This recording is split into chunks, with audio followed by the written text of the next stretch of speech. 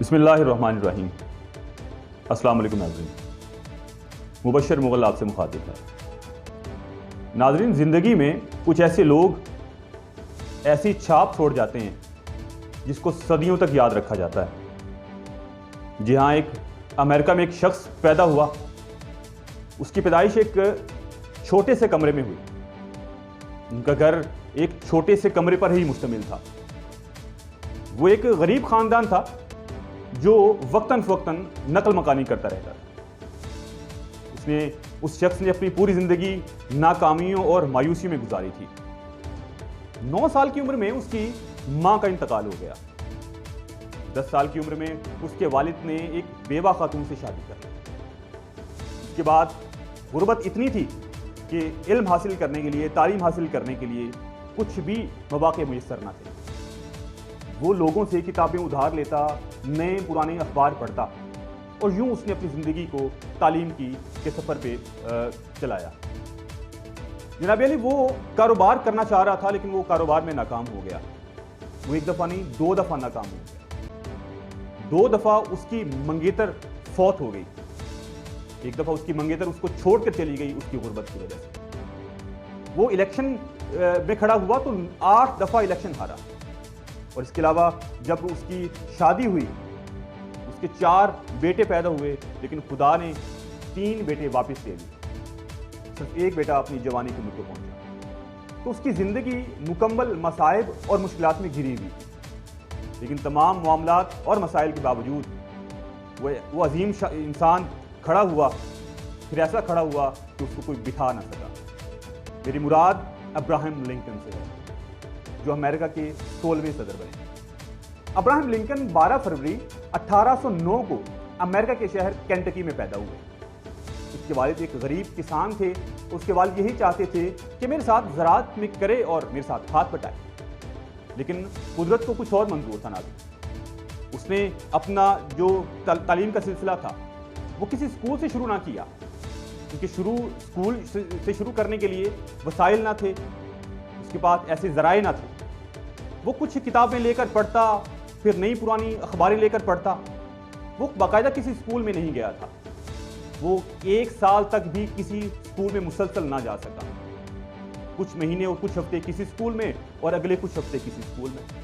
یوں اس کی تعلیم کا آغاز ہوا۔ 1808 میں جب اس کی عمر 9 سال تھی، اس کی ماں کا انتقال ہو گیا۔ وہ اس گہرے صدمے میں تھا کہ 10 سال بعد اس کی بہن سارہ لنکن ایک بچے کی پیدائش کے دوران انتقال کرے۔ ابھی تک اس کی زندگی جو ہے وہ مصیبتوں میں ہی گھری ہوئی تھی۔ اب اس نے جب وہ 21 سال کا ہوا تو اس کے والد نے اس کو مجبور کیا کہ میرے ساتھ ہاتھ بٹائے اور گھر کے معاملات سنبھالے۔ اس نے بڑی ذمہ داری کے ساتھ مختلف چھوٹے چھوٹے کام کرتے ہوئے، چھوٹی چھوٹی نوکریاں کرتے ہوئے اس نے اپنے والد کا سہارا بنا۔ اس کے بعد وہ یہیں پہ نہیں رکا، اس کا کیونکہ ایک لمبا چوڑا قد تھا، دبلا پتلا قد تھا، اور وہ ریسلنگ کا شوق اس کو ہوا، اور اس ریسلنگ کے شوق نے اس کو ایک شہر کا چیمپئن بھی بنا دیا۔ لیکن اس کا قسمت اس کو یہاں پہ روکنے والی نہیں تھی، اس کو قسمت کہیں اور لے کے جانا چاہ رہی تھی۔ ناظرین، 22 سال کی عمر میں وہ ایلینوائے چلا گیا۔ کینٹکی سے وہ ایلینوائے شفٹ ہو گیا۔ یہاں وہ 6 سال تک رہا، اور 6 سال میں اس نے مختلف کام کیے۔ وہ ملاح رہا، اس نے ڈاکخانے میں کام کیا، وہ مقامی جنگوں میں بطور سپاہی کام کرتا رہا، وہ ٹرینوں سے سامان لانے اور لے جانے کے لیے کام کرتا رہا، اس نے ایک سرور کے طور پہ کام کیا، اور اس نے ایک ڈاکخانے میں بھی کام کیا۔ لیکن یہ سارے کام اس کے لیے کچھ مہینوں اور کچھ سالوں تک ہی محدود رہے۔ لیکن اس نے کام، کیونکہ بہت عظیم کام کرنے تھے، بہت بڑے کام کرنے تھے، لہٰذا وہ یہاں پہ نہ رکا۔ اس کے بعد وہ کچھ عرصہ ریاست لوسیانہ بھی چلا گیا، لیکن وہاں بھی اس کا معاملہ ٹھیک نہ تھا۔ وہ واپس وہاں ایلینوائے شفٹ ہو گیا۔ اب اسی دوران 1835 میں اس کی ایک منگیتر تھی جس سے وہ بے پناہ محبت کرتا تھا، اس کا انتقال ہو گیا۔ ابھی وہ اسی دورانیے میں تھا، اسی صدمے میں تھا، تو اس کو مزید جو معاملات تھے زندگی کے، جو پریشانیاں تھیں، اس کو مزید آگے لے گئیں۔ وقت گزرتا چلا گیا اور وہ ذہنی تناؤ کا شکار ہو گیا۔ 1836 میں اس نے تھوڑی بہت اپنی سیاست میں اور وکالت میں دلچسپی لانا شروع کر دی۔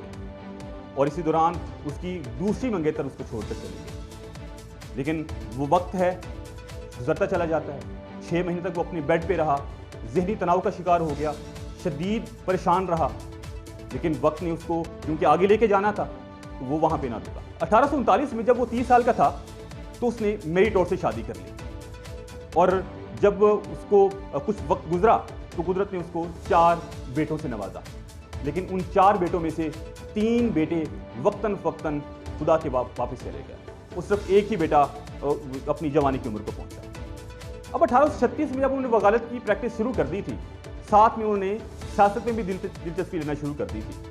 تو اب ان کے صحیح ان کا ٹیسٹ کیس تھا, اب ان کا امتحان شروع ہونے والا تھا, کیونکہ ان کو ایک ایسی جد و جہد کرنا تھی جہاں پہ انہوں نے اپنے آپ کو بھی منوانا تھا, اپنی سیاست کو بھی منوانا تھا, اور اپنی قانون کو بھی منوانا تھا. اب وہ مختلف ایکسپرٹس کے پاس جاتے اور کچھ سال ان کے پاس وکالت کرتے. 1844 میں وہ اس وقت کے بہترین ماہر وکیل کے پاس کام کرنا شروع کر گئے, اور اس کے ساتھ ساتھ ان کا ایک بہت عظیم نام بھی نکلنا شروع ہو گیا, جس سے لوگوں میں مقبولیت اور بڑھ گئی. اب یہاں پہ کیونکہ اس وقت میں امریکہ میں صدارتی الیکشن ہونے کو تھے, اب اس کے جو صدارتی الیکشن تھے اس وقت اپنی سوچ اور منشور کے مطابق انہوں نے پارٹی کا انتخاب کیا, اور اپنی پارٹی کا انتخاب کرنے کے بعد وہ اس پارٹی میں شامل ہو گئے. وہ اس وقت کی وگ پارٹی میں تھے, لیکن جو وگ پارٹی تھی وہ شدید انتشار کا شکار ہوئی. ان کے پاس یہ ایک بہترین موقع تھا کہ وہ اپنے آپ کو مزید منواتے سیاست کے میدان میں. جب یہ پارٹی کے اختلاف ہوا تو ایک جو ہماری امریکہ کی ریپبلکن پارٹی ہے اس کا وجود آیا. 1854 میں جب یہ پارٹی وجود میں آئی تو ابراہم لنکن اس کے سرگرم کارکنان میں سے تھے. یہ وہ کارکن تھے جنہوں نے اس پارٹی کو بنانے کے بعد اس کی بہتری کے لیے کام شروع کیے.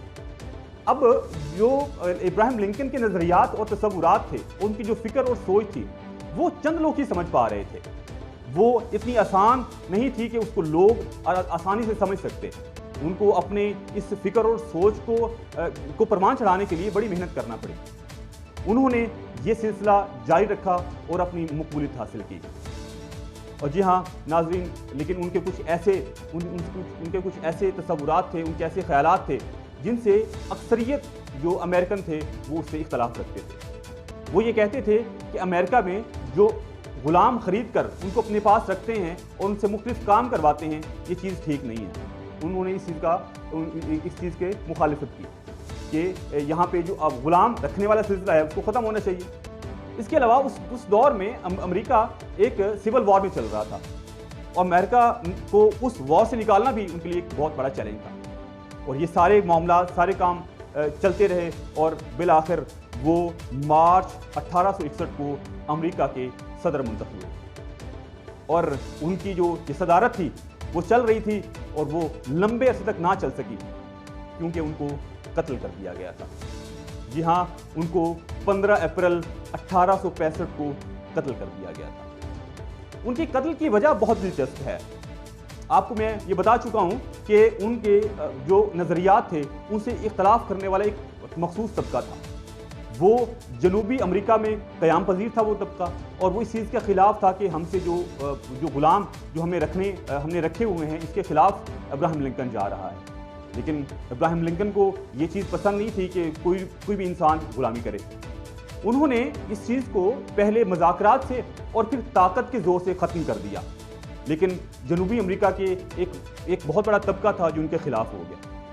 اور اسی جنوبی امریکہ کے علاقے کا ایک اداکار جس کا نام جان بوتھ تھا, وہ آپ کے اس قدر خلاف ہو گیا کہ آپ کو مارنے کے در پہ ہو گیا.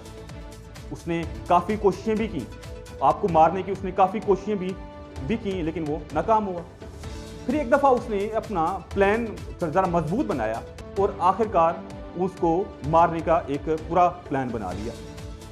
ایک دن کیا ہوا کہ ابراہم لنکن اپنی بیوی کے ساتھ ایک تھیٹر میں ایک پلے دیکھنے گئے.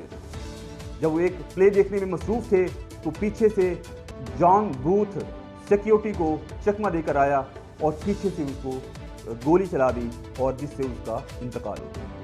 فوری طور پہ کوشش کرنے کے باوجود ان کی جو جان ہے وہ نہ بچائی جا سکی, اور اس نے اسی سٹیج کے